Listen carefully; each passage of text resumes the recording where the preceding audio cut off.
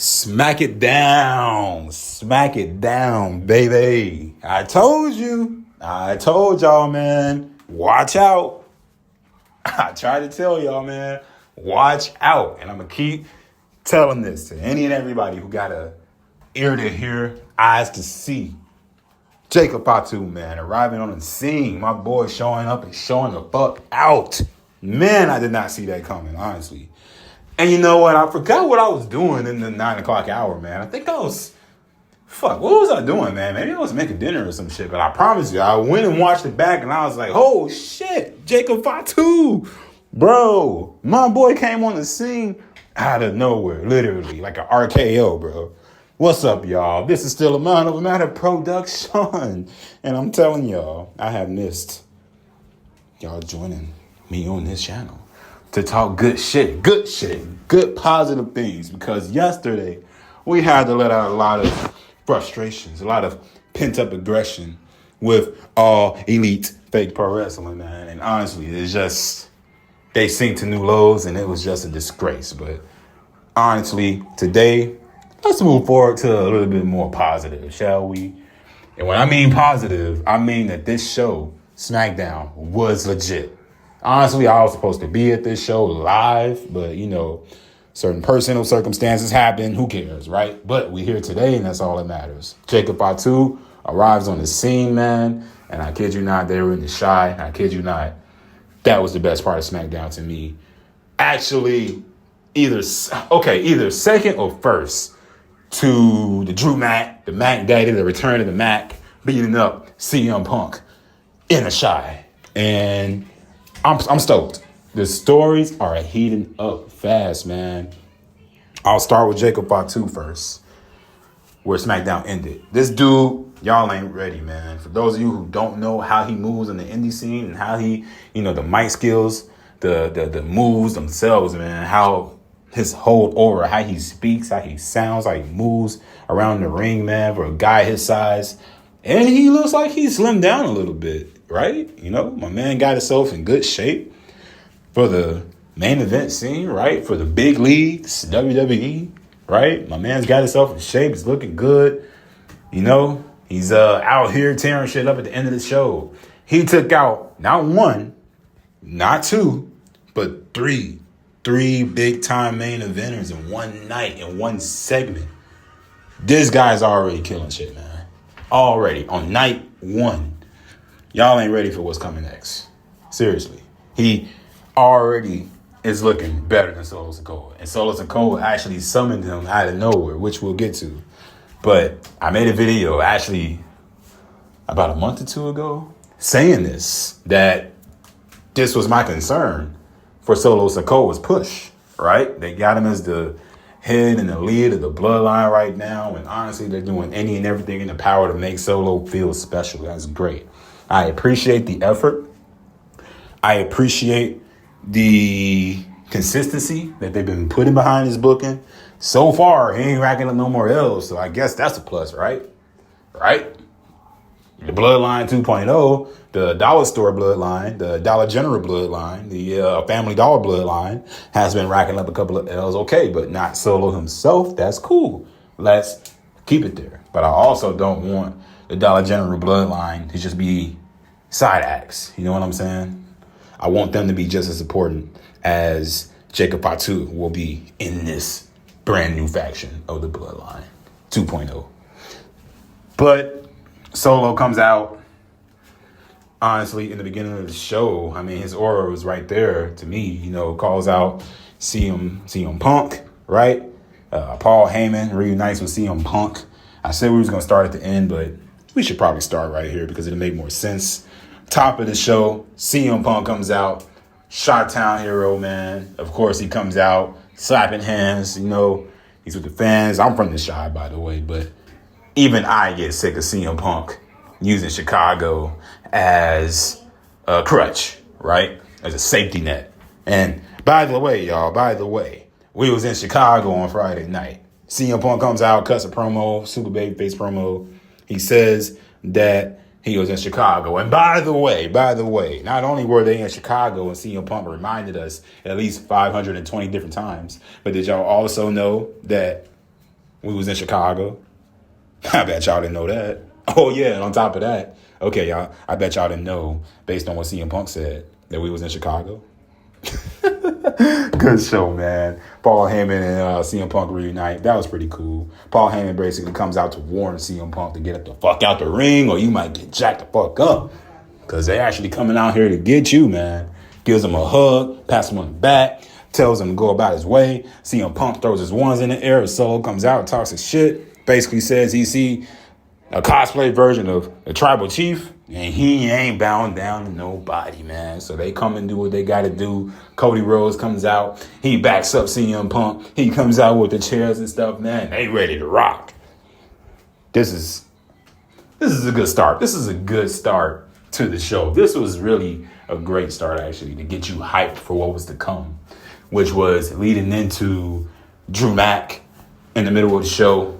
And also, I should say still kind of sort of the beginning of the show, but also the end of the show, right? So, Drew Mack, like I said it too. I said, nah, CM Punk got out of his first segment a little bit too smooth. I said that. I literally said that, word for word. And I said, this motherfucker never even told us whether or not he was cleared from injury. So does that mean that he's still injured? We don't know. He never alluded to it. He never came back to it. He never circled around it. We don't know. We genuinely don't know. I guess we just have to find out. Maybe this is their way to delay his response. Maybe he got word back from the doctor that he wasn't cleared, and this was a way to cover that up. Who knows, bro? All I know is that either in the second or third segment, Drew Mack, the Mac Daddy himself, got his get back. He got it back in blood. Literally. I mean, when he quit on Monday night, y'all should have known at that point he was coming for war, man. I mean, beats up CM Punk, drags him, takes him all the way through Gorilla, from the locker room all the way through Gorilla back to the stage, drops him like a sack of potatoes, man, right in front of the crowd. And that was it. They created the illusion. CM Punk's got the blood. I love the fact that blood is back in WWE. CM Punk's got the blood on him, man. You know, he's bleeding. He looked like he just came out of a horror film or some shit, you know? Like he just got or like a gang movie or something, man, where he just got G'd up, you know, jacked up really bad. And like I said, Drew Mack drops him like a bad habit right in front of the Chicago crowd. And man, oh man, this man does the clobbering time taunt, right? CM Punk's taunt. And I think he even went as far as taking the bracelet off of his wrists. I think that was his dog and his wife's name on it. It's a nice touch. We'll see what it leads to. I'm not too sure what it leads to, but I know what this overall feud in itself will lead to between CM Punk and Drew Mack. Man, bro, it's heating up really, really good. I love where it's going. This is the most heated feud of the summer. I love where it's going, man. But with that being said, this is probably also leading into Bad Blood coming back in October, where CM Punk will finally get his hands on Drew Mack and vice versa for, you know, Drew Mack getting kicked in the balls in Scotland, getting the belt taken away from him again, or getting, you know, CM Punk, I should say, causing Drew Mack the belt. That's probably a better verbiage. And, yeah, he's been making this man's life a miserable hell like he promised. And Drew Mack got it back in blood the way we expected him to. Like I said, when he quit on Monday, y'all should have expected him to get his get back. And that's exactly what happened. Showed up, beat him down in his hometown. You know, tit for tat. So with that being said, I'm looking forward to that feud heating up even more going into the summer. And this is what I'm saying. All Elite Wrestling cannot do this. They cannot even drag a story for 6 months, that alone 6 weeks. And these two haven't even really touched yet. CM Punk and Drew Mack, man. That's crazy. But Jacob Fatu at the end of the night, oh man, bro, showed up on the scene.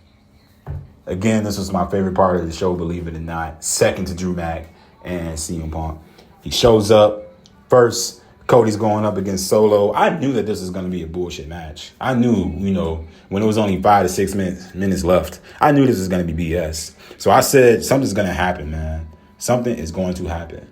And sure enough, Jacob Fatu arrives on the scene, shows up, does damage, beats up Cody Rhodes. KO and Randy come out to save Cody, right?